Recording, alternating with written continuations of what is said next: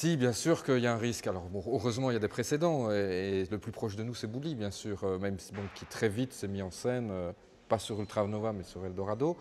Donc on en a parlé avec lui, par exemple, et puis on s'est dit, bah, pour réussir ça, il faut une bonne équipe. Et donc, bah, on a choisi la script de Bouli sur Eldorado, qui s'avère être vraiment une personne de bon conseil.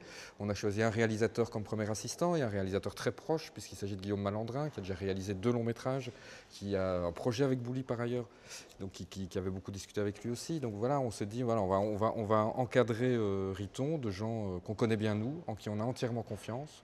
Même si c'est une coproduction avec la France, je dirais moitié-moitié, c'est vraiment rare, mais on est dans un esprit vraiment d'une vraie coprod 50-50. C'est le tournage en Belgique, la post-prod en France.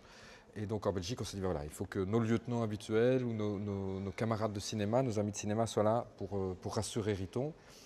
Il fallait aussi éviter que Riton ait envie de demander son avis à tout le monde après les rushs, enfin après chaque rush. Et donc voilà, on a mis en place une manière de travailler qui doit le rassurer, qui doit le protéger et puis qui doit lui permettre d'avancer vite. Parce que comme tout premier film, c'est le temps de tournage qui nous manque, quoi. C'est le fait d'essayer qui est le plus, voilà, pour lequel on a le moins de temps.